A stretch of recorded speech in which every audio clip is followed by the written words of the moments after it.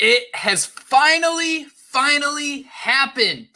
The Miami Dolphins have signed Calais Campbell. Thank you all so much for listening to Another Dolphins podcast. We're excited to be here with you for a very big episode of the podcast. Cannot wait to get into this stuff with Kat and Josh. But before that, we are giving away a copy of College Football 25. You get one entry into this drawing by sending a Dolphins-related question to AnotherDolphinsPodcast@gmail.com. I know it's a little long. Don't worry. We put that email address in every single one of our show descriptions. You get 2 additional entries by including a screenshot of you rating our show on your app of choice. Joshua and I did a podcast recently, a mailbag, where we went through a lot of those questions. If you haven't checked that out yet, I encourage you to do so. We will announce the winner of this drawing on July 7, more than a week before the game is released. That way you can go pre-order yourself, get all those pre-order goodies. Gentlemen, I've never wanted to break through a giveaway so fast, because what happened on Thursday night for the Miami Dolphins was absolutely awesome. And Kat, I want to start with you. I want to start presenting my screen, because shout out Simon for sharing this picture on June 12th. Kat, Way to go, had Simon. your Babe Ruth moment. You pointed it to the outfield. I mean, Josh nailed it. You had your Babe Ruth moment, pointed to the outfield, called your shot, and man, Calais Campbell's going to look great in aqua and orange. Yeah, you should have seen the look on my wife's face when I showed her this. Like, what are you guys doing? But man, yeah, I'm pumped. I really am. And the funny thing is, yesterday during the day is the first day I started getting like actively angry that the Dolphins hadn't. It seemed like there was no talk of the Dolphins signing Calais. Maybe I missed it. Maybe I was busy for a few days, but there didn't seem to be any talk. I heard a lot of talk about the Chargers being interested and a few other teams. So on my Apple iWatch, I get I get the tweets from Adam Schefter and things like that sent to that, but it only shows the first part of the message. So it said Calais Campbell agrees to terms with. I was like, and then so I go to the full message and it said Dolphins, and I couldn't believe it. So no, I think this is a great acquisition, and it makes sense on so many levels. I mean, I know how old he is. I mean, he's 38 years old, and his first year was 2008 in the league, when that was the same year that the Cardinals went to the Super Bowl.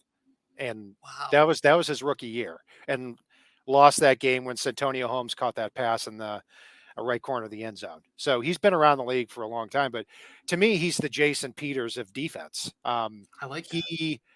He's ageless, and he's ageless because of his size. He's 6'7", 290 pounds. Zach Sealer is about the same size. So you've got 2 monsters on the edge, and now it appears for at least 1 year you haven't replaced Christian Wilkins with a better player by far, but I think you've kind of stuck your finger in the dam a little bit and stopped the bleeding at this position.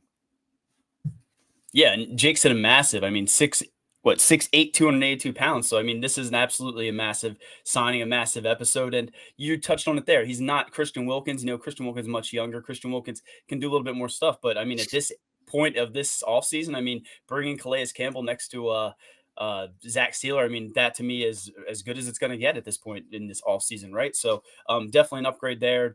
I'm intrigued to see what Anthony Weaver has up his sleeves. I do think they spent some time together, but yeah, man, you called this thing. You pointed to the outfield. You called this. I think even on the prediction episode, you were sitting there saying you were leaving a spot available for him. So shout out to you. Shout out to the Dolphins for making this happen. Don't know the contract yet. Obviously that can, maybe make us feel differently depending, but I love this signing. Yeah, last year he signed a 1-year, $7 million deal with the Atlanta Falcons. He played all 17 games, which, looking at this Dolphins defense, that is the number one thing they need. If you can guarantee some guys to be out there 17 games, and that's not most certainly something I'm doing, but having guys out there, that's going to be one of the biggest talking points for this Miami Dolphins defense. He had 32 tackles, 6.5 sacks, his most since 2018. Kat, I think he had 10.5 tackles for a loss. And what did this Dolphins defense truly need where we can be this excited about a guy who's about to be 38 years old joining the team? Right. And despite his age, I mean, you're talking about somebody who played over 700 snaps last year. I mean, and when you combine the size and the amount of snaps that he played, and the fact that he's still a good player, maybe not as great as he was, a decade ago, but yeah, it's a massive get. And now, not only does this help, but if Tier Tart is able to, revert back to the form that he had in 2022 with the Titans or early in 2023, now you've got a good defensive line. I'm not gonna say great, but Zach Sealer, Tier Tart, Calais Campbell, that's a solid defensive line. It's a solid front three on what was predicted after losing Christian Wilkins to be the weakest part of your team. Yeah, Benito Jones is still there too. I don't know how you feel about him, but I just have to throw his name out because he's made some plays throughout his time throughout the leagues. But yeah, I feel much better today than I did before. I said prior, they were just throwing a bunch of guys out there, kind of letting them battle, similar to what we're seeing on the interior offensive line. Now they have a guy that can come in, get those reps that we got lost with Christian Wilkins. And like you mentioned, be an absolute factor. I mean, he started 65 games over the last 4 seasons and has 38 sacks, 54 tackles for loss over that time. So 38, but he's not slowing down at any point. And the fact that he's now a Miami Dolphin, you got to feel good about it. But I do have to go back to when he did hurt Tannehill. I have to always bring that up because I thought at that point he was absolutely dead to me, but I'm ready to see his redemption here with the Dolphins. So I was listening to the, I just want to make sure I get it right, the Athletic Football Show with Robert Mays the other day, and they were doing lingering questions about the AFC East, and an absolute incredible pod that I encourage you guys to go check out. But they brought up a point that I was not necessarily aware of, that the Vic Fangio defense and what the Baltimore Ravens were doing, there were some similarities, specifically how often they'd pressure. These were two teams that absolutely loved to just bring 4. And then also, they were two of the teams that used cover 1 more than most of the rest of the NFL. So looking at that and understanding the concept of what the Dolphins are building and knowing that most of their pressure early in the season, let's assume that Bradley Chubb's going to start the season on the PUP list. It kind of seems like that's where this is going. Kat, thinking about those, let's say 3rd and 7 situations, 3rd and 8 situations, when you have Calais Campbell, Zach Sealer, who are those 4 guys you're going to want rushing the quarterback on 3rd down? Yeah, so there's a lot of interesting combinations because do you keep Zach Sealer? You got to think he's staying out there 3 downs all the time, and then from that point, there's a lot of interesting combinations because Tier Tart is not is more known for his run stopping than getting after the quarterback. But Neville Gallimore is somebody who's the opposite. He's somebody that is quick and he's active, but kind of abandons his spot. He kind of pins his ears back and goes balls to the wall. So he's somebody that could be out there in pass rushing situations. And then Chop Robinson, this is where he factors in. I mean, are you going to give some looks where you have Zach Sealer and Calais Campbell out there and they're absorbing those blocks and occupying the offensive line, and now you're able to get his 4.4 speed into the backfield? Yeah, there's a lot of interesting combinations here, and the unpredictability of the defense under Anthony Weaver is what's going to be key, and it's going to be it'll be a welcome change from right or wrong of how the players felt about Vic Fangio last year. Yeah, and the only name I'd throw out there too, at least early on. I mean, you said Bradley Chubb would probably start on the PUP. I'm more of a negative person, so I think Jalen Phillips probably will as well. But Shaq Barrett, right? He's going to potentially be out there and be rushing the passer. So I'd throw those 4 guys out there. You just hope Chop Robinson can pick things up, and the speed is the same because that first step he has is absolutely a game changer. But like you both mentioned, Anthony Weaver's the X factor here. I think even had a quote where he said that he's from Hawaii, has that tsunami approach where he's just going to keep throwing waves and waves at the quarterback. So maybe we'll see more blitzing than what we were saw with Vic Fangio, what he maybe did in Baltimore. But either way, I'm liking the way this whole thing's shaping up, and intrigued to see what happens with that defensive line. I'd love to see something that I thought the Dolphins did really well last year was actually using Jalen Phillips on the inside in passing situations, just because he's such a physical freak. You can do a lot of disruptive things to the offensive line. And the Athletic Football Show brought up the idea of they were kind of under the impression that Chop Robinson's biggest weakness his rookie year, it will be trying to cut around the edge that tackles can kind of push him out of the play because he doesn't have, I think it was even Nick Saban on draft night was saying he doesn't have that speed to power conversion just yet. And being 21 years old, that's completely understandable. So, Kat, what would you think of if the Dolphins tried to do something like they suggested on that show where you put Chop Robinson maybe being one of those interior defensive linemen just because of that sudden movement he has to cause that disruption, and you see offensive defensive lines, I mean, the Mike McDaniel, Shanahan system, these guys, these aren't 1,000-pound interiors that we're used to seeing in years past, where maybe that'd make a little sense where you could get Chop Robinson to make some, linemen turn their hips or something on the interior.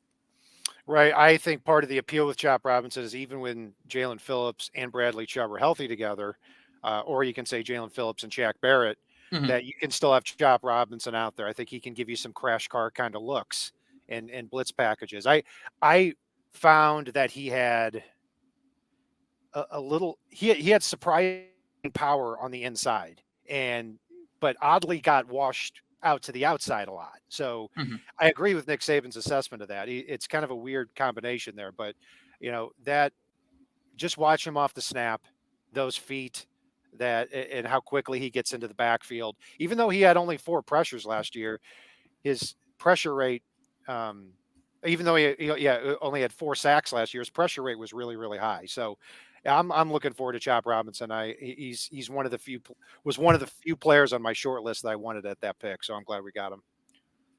Yeah, I think that's what stuck out, right? His versatility. A lot of the things that people showed on tape was his ability to play inside, play outside, play all over. And Jake touched on it, though. Jalen Phillips can do the same, similar. I mean, when he goes inside against guards, I mean, there's plenty of highlights. I think I even had clips of him. Absolutely, it's overpowered. It's like, when you were a kid and you had a game genie, you plugged that in and it made the game so much easier. He's just so much faster on the inside at times. So, obviously, we're talking about Jalen Phillips. We just got to hope he can regain that explosiveness that we saw. He might not even be the same player this year, but long term, I mean, I think you have a lot of versatile pieces here, and that's the key, right? Versatile pieces that your now defensive coordinator who, coached up the defensive line has all these different players and pieces that he can use. So we'll see. We'll definitely see. I like the name Game Shark more than Game Genie.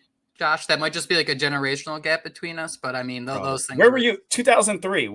Isn't that when you say Campbell came into the league? What were you, like, your face? I want to know at 2003. Where were you? Well, it's 2008.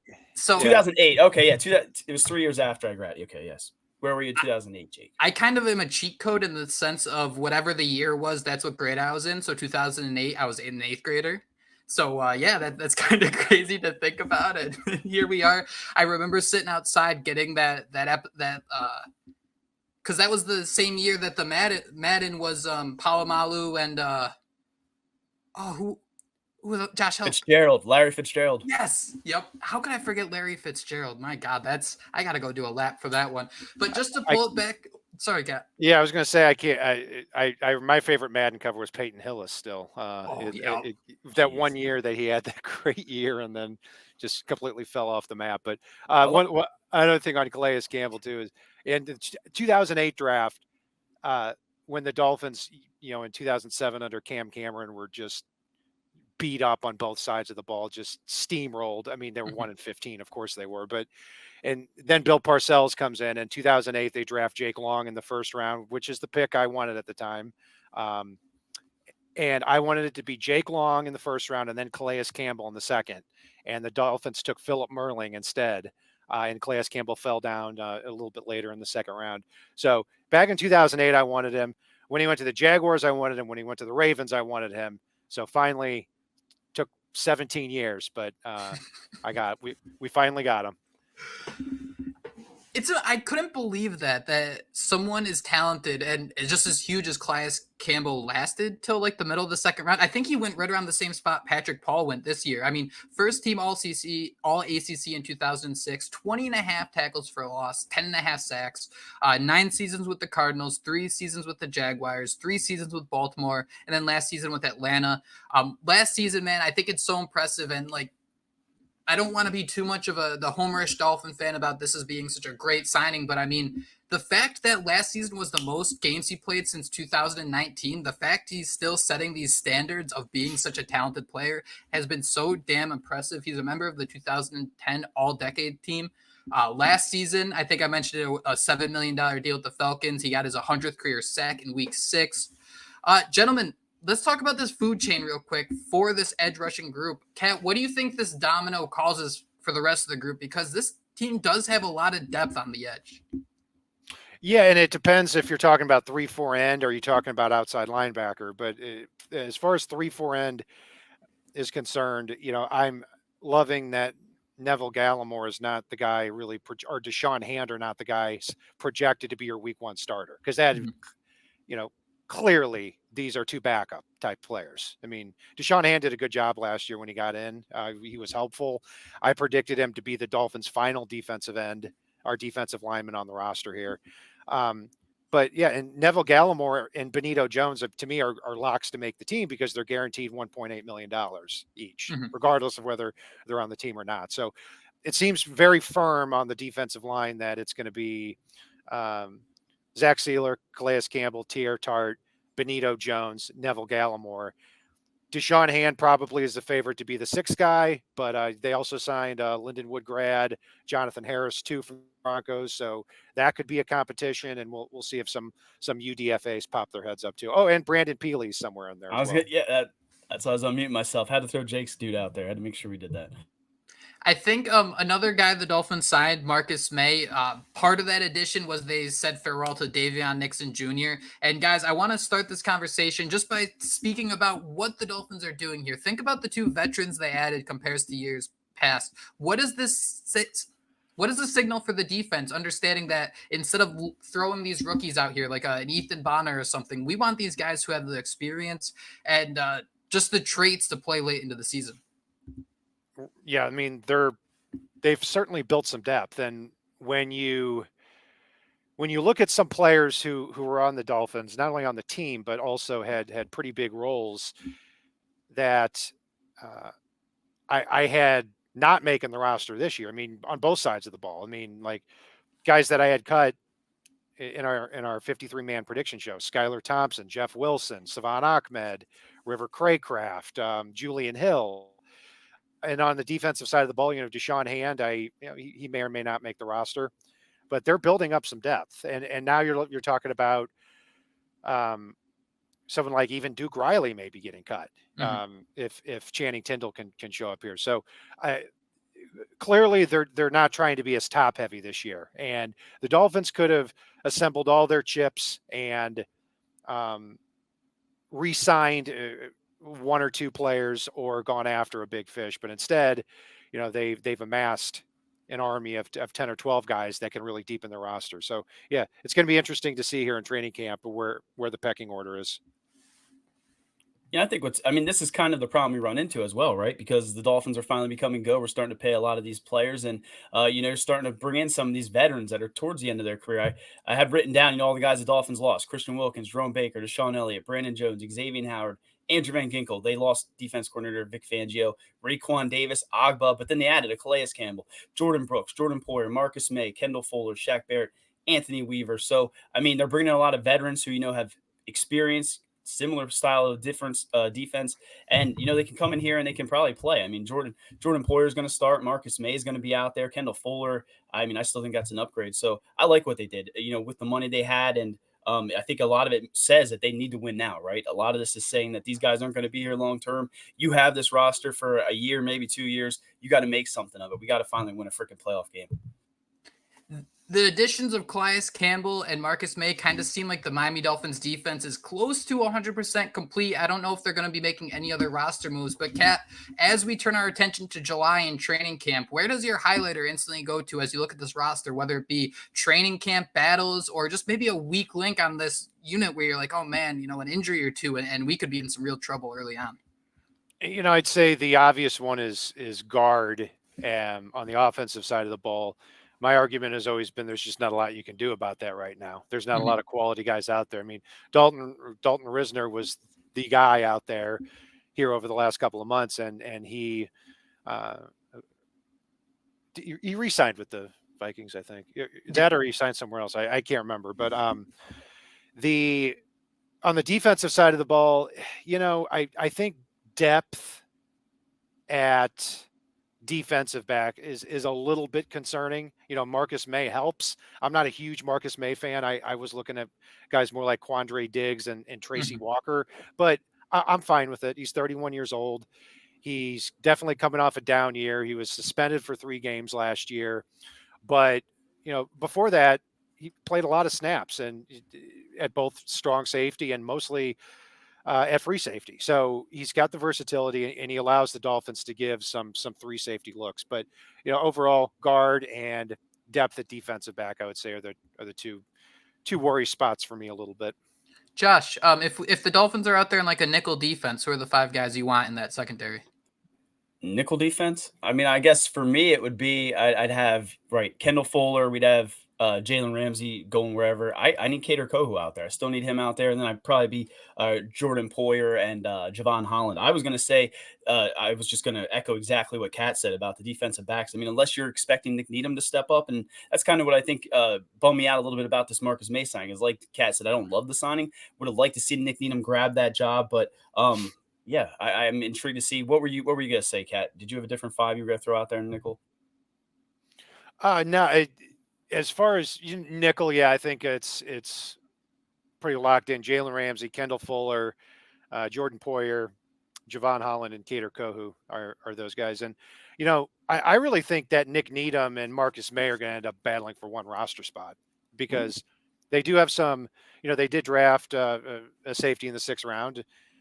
And Ethan Bonner is somebody they're high on, and he's a guy who's 6'1", 200 pounds, and runs in the 4.3s, and got on the field last year. And it seems like he's kind of just very slowly inching his way up the chain. Elijah Campbell is somebody who doesn't cost a lot of money, who seems to play well on defense when he's given the chance, and was, I think, 2nd or 3rd in the amount of special team snaps last year. So there's going to be a lot of interesting competition at safety. Do they really have a quality 3rd safety like the Ravens did last year? I know they had Kyle Hamilton, and they kind of cheated there and brought him on board. But no, it's is the 3rd safety in this defense going to get 500-600 snaps? And if so, are you going to have a quality guy out there? Would it be too much of a thrown on the tinfoil hat if I I'm starting to think that maybe Cater Kohu and Nick Needham are competing for the same spot? I genuinely think that this Anthony Weaver defense, they're going to ask that slot cornerback safety hybrid, that Kyle Hamilton, to do a lot of the same things, where you look at how Nick Needham it's been spoken about more the last 2 years, but Nick Needham, I think since 2019, has been cross-training at safety, where I think he fits the bill of he's got the speed to kind of, what this defense is going to do is they're going to line up 6-7 guys at the line. And even though they're going to bring 4, that means there's going to be 3 guys sprinting as fast as possible to get where they're supposed to be in the defense. Nick Needham being in the league a little longer, I wonder if he has that experience and just that knowledge of the defense where his traits might have fallen off due to injuries. And I'm not going to be one to doubt him. I don't want his mom to hear me say that whatsoever. But I do wonder if just that experience that time he spent in that defense has done enough where he could be that slot hybrid. Right. And when you're talking about a slot defensive back, whether they're cornerback, whether they're safety, it's really all the same thing when it comes to that. Right.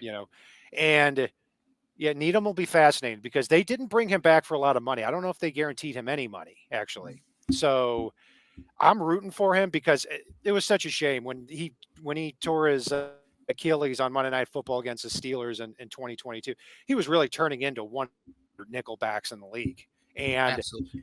Then, a full calendar year later, he's still not ready to get that out there on the field. And he didn't play many snaps for the Dolphins last year on defense in the entire year. So part of me is looking at him as just a bonus at this point. I hope he proves me wrong, but this is a guy that when he came out of college, came out of UTEP, he ran a 4.67. This is not a fast dude from the beginning. And if he's lost a step from there, he can't play in this league anymore. So I'm rooting for him to get himself in a spot where it does secure one of the backup defensive back spots and reverts back to that 2022 form. Yeah, his salary cap is just over $1 million, and half of it's guaranteed, just to kind of keep the numbers simple. Gotcha. Ciron Neals, can he play safety? I don't know why I thought he was listed as safety on the Miami Dolphins roster. I wanted to go check it out, but my thing's taking forever. I know he's more of a special teams guy, but that was just a name that I thought was interesting, maybe worth throwing out there, some guy to maybe watch. And he's actually been shaking some leaves at OTAs as well. He's made some plays. Granted, it's still just everyone's out there in sweatpants, but something to keep in mind. That definitely be an option for the Dolphins. At safety, yeah, he was drafted as a safety. I know that, and then he was, just for the last 7 years, he's been just about primarily a special teamer. Mm-hmm. And then so at some point he got bumped to cornerback on the depth chart and nobody cared. So he's a special teams guy. If the Dolphins are going to keep players like Siran Neal on the roster strictly for special team skills, I want to see the special teams unit improve dramatically, at least not lead the league in touchdowns allowed on returns. I feel so bad. There's a reporter who actually does a great job of breaking down special teams every year, and the Dolphins were 31st out of 32 teams last year, just ahead of the Rams. I'll have to go find that out and dig into that. Just to kind of wrap up this conversation here, I think we all started the week thinking that Miami's defensive line was a weakness. That defensive tackle position looked like such a concern. And then are we really going to lean into an aging Shaq Barrett on the edge as the Dolphins try to get healthy? But the additional Calais Campbell, Cat, do you see this as a strength, or maybe are the Dolphins net neutral at this point? If I were to put a letter grade on the defensive line, not edge, not off-ball linebacker, just the defensive line, the down defensive lineman in a 3-4 alignment here. If I were to put a grade on it, I would have put it at about a C-, a D+ before this week. Because you've got Zach Sealer and you've got a bunch of backups. I mean, that's what it is. And that's what happens when you lose Raekwon Davis and Christian Wilkins, and you spend your money at other positions. But now with Calais Campbell on there, I'm taking that up almost a full letter grade. Because if it was a C- before or a D+, I'll kick it up to a C+ now, because now I think you've got two really quality starters at defensive end in this 3-4 alignment, and Tier Tart is a high risk, high reward type of guy the Dolphins didn't spend a lot of money on. And if he does well, then that kicks up the letter grade even more. I wrote B- down as soon as you said that. So I was a little bit more positive, I guess, slightly than Cap. I mean, I feel a lot better now that we got Campbell around. But again, that's just for this season, right? This year, maybe next year, but long term, they got some work to do on that defensive line. You just got to hope someone steps up and can be that Zach Sealer, because let's be honest, Zach Sealer wasn't Zach Sealer at one point. We were claiming him off of Baltimore's waivers and turned him into a freaking stud. Before I wrap up here, guys, the Jacksonville Jaguars and Trevor Lawrence reached agreement on a 5-year, $275 million extension, including $200 million guaranteed, $142 million at signing. My, oh my. His $55 million per year matches Joe Burrow. Jared Goff is now third with an average of $53 million per year. I think it's important to keep in mind this is an extension that won't kick in for 2 more years because of Lawrence still being on his rookie contract. But Kat, it seemed like there was a race between Tua and Lawrence. Who's going to be that next quarterback to get paid? As you saw this notification come in, what went through your head? Is the quarterback extension for these quarterbacks drafted in 2020 and 2021 is pretty well defined. I mean, at a certain point, the number is the number now. I mean, you look at Trevor Lawrence, 5 years, $275 million, $200 million guaranteed. Joe Burrow, 5 years, $275 million, $219 million guaranteed. Justin Herbert last July signs his extension, 5 years, $262, $218 million guaranteed. Jared Goff, 4 years, $212 with $170 million. If you prorate that to 5 years, same type of number, 5 years, $265 million with $213 million guaranteed if he were to sign for 5 years instead of 4. So, the number is the number. And if you're Tua, you've got to be looking at Trevor Lawrence and saying, look, I threw for more yards. I had a higher quarterback rating on an offense that performed better on a team that won games last year. So, yeah, you could make the argument that Trevor Lawrence physically is far better than Tua, and I believe that he is. But if you're in Tua's camp, you're not going to let that stand. No, Tua has outperformed Trevor Lawrence up to this point. And we expect his contract to reflect that. So I expect something to either get done or get really ugly here in the next couple of months. Yeah, it's starting to get queasy. I mean, you can look at Chris Greer's career, right? Or as a general manager, this kind of seems to be his thing. At times, he just seems to wait longer than we hope, and this is one of those cases. I mean, Trevor Lawrence, everyone was saying, okay, it needs to get done before this. Well, it didn't. So I woke up today thinking maybe we're going to see a Dak Prescott deal get done. But overall, like you said, man, the market's the market at this point. These quarterbacks are getting an obscene amount of money, as Jake can discuss. He has the numbers and the percentages down that make it sound not as bad, but it's just crazy what these quarterbacks are making and how far we've come from last year or 2 years ago when the fans were like, oh, we shouldn't even pick up to his fifth-year option. Like, they didn't even want to give him that. And now we're sitting here, he's getting ready to make, 50 plus million a season. I did find it interesting that Albert Breer said, and it's something that I think we all knew, but the Dolphins and Tua, their camps might be torn on guaranteed money and things like that, because when you're looking at it from Tua's side, he might want that third year guaranteed and things like that because of the injury history that he's had, when on the flip side, the Dolphins might be trying to protect themselves. So we don't know what's going on behind the scenes, but what we do know is that Tua Tagovailoa is probably going to get paid more than Trevor Lawrence, and he's been playing better than Trevor Lawrence, other than, what maybe things, what we may have thought coming out of college, because I'll be the first one to admit I thought Trevor Lawrence maybe was a better prospect at that point. Right now, Tua Tagovailoa is the better quarterback, in my opinion. It's weird because I'm kind of swinging the other way where I'm getting less queasy, where Kat, you said that the numbers are pretty much defined at this point. We know what this is going to look like. And everyone wants their headline. Trevor Lawrence gets the headline that he is the highest paid quarterback in the NFL. But once you kind of read the story that's past the headline, keep in mind, he's under contract for the next 7 years. So that average annual value of his contract is $55 million. But over the next 7 years, he's going to be making, I hate how my brain has me say it like this, but he'll only be making $45 million a year. So it's so important to keep in mind that this sounds scary and these numbers are monstrous, but the NFL salary cap is going up every single year. And when we see 52, 53, $55 million, I'm starting to feel in the camp of, I don't think it matters that much. I think that these quarterbacks want their headline of saying they're paid the highest. And I will say I'm a little queasy because I think it was Rappaport who said the Dolphins and Tua were farther along than the Jags and Lawrence. But I definitely don't think this makes you kind of, take a step back and really think, oh man, is something bad happening here.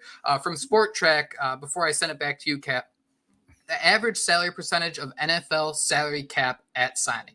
So Joe Burrow, when he signed his deal where he's making $55 million a year, his percentage against the cap is 24.4%. Trevor Lawrence, when he signed that deal, it's all the way down. And again, it's not that crazy, but 21.5%. So there's so many levers in play here where it's going to sound scary. And, there's going to be so many people on Twitter saying like, ha, ha, ha, I can't believe the Dolphins did this. But you can be the actually guy and understand that there's a process here and there's a timeline where it makes more sense than just the average salary. Yeah, well said. And every time a quarterback, a wide receiver, an offensive tackle gets their second contract, the first thought is, wow, that's a lot of money. And I mean, same thing with Jalen Waddle, 3 years, 84 million, 76 million guaranteed. I think, wow, that's a lot of money. And then bam, Justin Jefferson the next week signs 4 years, 140 million. And I know Jefferson's a better, overall player, but it puts it into perspective. And then when you factor in the salary cap going up, yeah, the Dolphins are kind of in a fortunate position aspect that the salary cap is continuing to go up. So yeah, they can pay him a lot of money, but over the long term, you may be looking back at some of these contracts in 3 years thinking, man, the value was actually turned out to be pretty good. And you're damned if you do, damned if you don't, right? I mean, they have to pay Tua Tagovailoa. I mean, we've seen what he can do when he's healthy. We've seen what we had to deal with for the last 20 plus years when we didn't have a Tua. So, I mean, I don't think we ever thought in this day and age that we'd hear the words Tua Tagovailoa is the highest paid quarterback, but maybe everybody should just strap up and prepare themselves, because those words could come any day, to be completely honest. And I'm fine with, when it comes to Tua and the contract and everything like that. I mean, there's some people that say, give him his contract. There's some people on the other end that don't want Tua to be extended at all. I don't associate with those people at all. But the first look, I respect it. It's part of the dance, and there's going to be this back and forth. And I don't want it to be turned into a Dak Prescott situation that extends over into, another season or bleeds into the season. It's a constant talking point for 3 or 4 months. We've had Tua at the center of the news for way too many months here in the off season. So, so I respect it on both sides, and I lean toward, I feel like a deal is going to get done here in the next month or so. Chris Greer has said it time and time again that, our goal is to get it done by training camp, because if we know it will be a headline, there's no doubting that they absolutely know it would be a headline. I don't think you could find a better match for both sides. And this is what makes it so complicated, because I'm all in with Tua, where the market is the market and always go get your money. But I think there's a legitimate conversation to be had that nobody could run the Dolphins offense as it's currently constructed quite like Tua. And we could kind of make the same debate of, I don't know how well Tua could go run, offense X, Y, or Z. We see him have success with the Lynn Bowdens in the world. But if you're Tua and you're, trying to position yourself for the next 5 years, I don't know how you don't look at Miami, you don't look at Mike McDaniel, and you don't look at that offense and say, God, I don't want to play anywhere else. Like there are some things that are kind of rough being down here. The media is always on my back, different things like that. But God, they've put me in such a good spot where I can have these awesome weapons. It's not that 2020. It's not Brian Flores, verbally giving me the middle finger for 4 quarters every week. And I think that's going to play such a huge role. And I go back to just how many contract negotiations Chris Greer has had to sit through, where I have such a hard time seeing it get ugly, knowing how much each side means for each other, if that makes sense. Not to get too corny and the power of friendship and all that stuff, but it's got to mean something, right? I guess so. I mean, look, Stephen Ross can't be holding anything back either, too. I mean, Stephen Ross has always been willing to pay people, and I mean, I think he had a lot to do with that Tua Tagovailoa pick. So make it work. Find a way. Make it work. Yeah, they'll find a way to make it work. I can't remember what your question is now. If they don't, we'll be doing a crazy podcast. If this, lingers in a training camp, Tua's not there the first day. Oh shit. Oh boy, man. People might eat that up though, Jake. Our ratings might go skyrocket. If we have a Tua holdout episode, oh man, disgusting. We're gonna catapult. I'm telling you. We've been diving into some numbers, and man, our fan base is so unique. When the Dolphins are struggling, numbers go up. When the Dolphins are a good football team, they just kind of stay pretty flat. So man, we are a very unique breed, and that's why I love doing this podcast with you guys.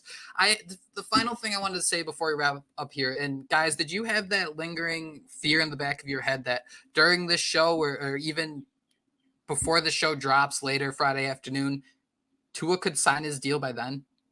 Because I kind of have that in my back of my head too. When we record the show, we don't seem to have any breaking news. I'd love for some, because I'll get it, streamed to my watch if there's a Dolphin signing or something like that, and then 4 people text me, and I'll know either somebody's dead or the Dolphins did something. So, yeah, I'd be excited to have some breaking news. So, just sit here for next couple hours, see if something comes across. So, Friday news dump. That would be the highest rated Friday news dump. But doesn't that make sense? Like, now that this deal is set, I mean, I don't think that the Dolphins and Tua were super far apart, where this could be that final, bridging of the gap of let's get this done. But who knows? Well, there's another thing too that I wonder if is being discussed behind closed doors is like Tua, when Justin Herbert was getting his contract last July, Tua really wasn't pressing hard at all for a contract, even though he put up the numbers he did last year. So now, this past year is like, okay, now I've done it 2 years in a row, at least statistically, on a team that's gone to the playoffs. And yeah, there was the element out there of, can he stay healthy, which was fair. Well, now I've played 17 games, and are they trying to put injury clauses or something into the contract? I don't think that they are, but would they? And he could turn around and say, Joe Burrow's been hurt many times over the last 2 years. So Lawrence was hurt last year. So why am I the one at 17 games who played 17 games last year and didn't miss a snap? Why am I the one having to put injury clauses in there? Now, I don't think that's happening, but it's just an example of things that might have to be worked out before a long-term contract is reached. Josh, give us your final thoughts here before we wrap up. I was just saying, I think I'm getting queasier as we talk. So can we just end this so this thing happens? Because if this thing goes on and I don't think we're gonna get that Friday news dump anymore. I think this is gonna be something that's going on behind the scenes, and hopefully it's done before training camp. That's my biggest concern at this point. Before it was like, oh, there's no doubt it's gonna happen. And then when you said that thing about, I think it was Rappaport or whoever saying Trevor Lawrence or the Dolphins were further ahead than the Trevor Lawrence deal, now the queasiness is starting to rise. Leave it on a high note. That is all the time we have today on Another Dolphins Podcast. Thank you all so much for joining us. I hope you all go out and have an absolutely wonderful weekend, a great Father's Day. We will be back early next week with a new episode. But until then, fins up. Fins up. Fins up. Fins up.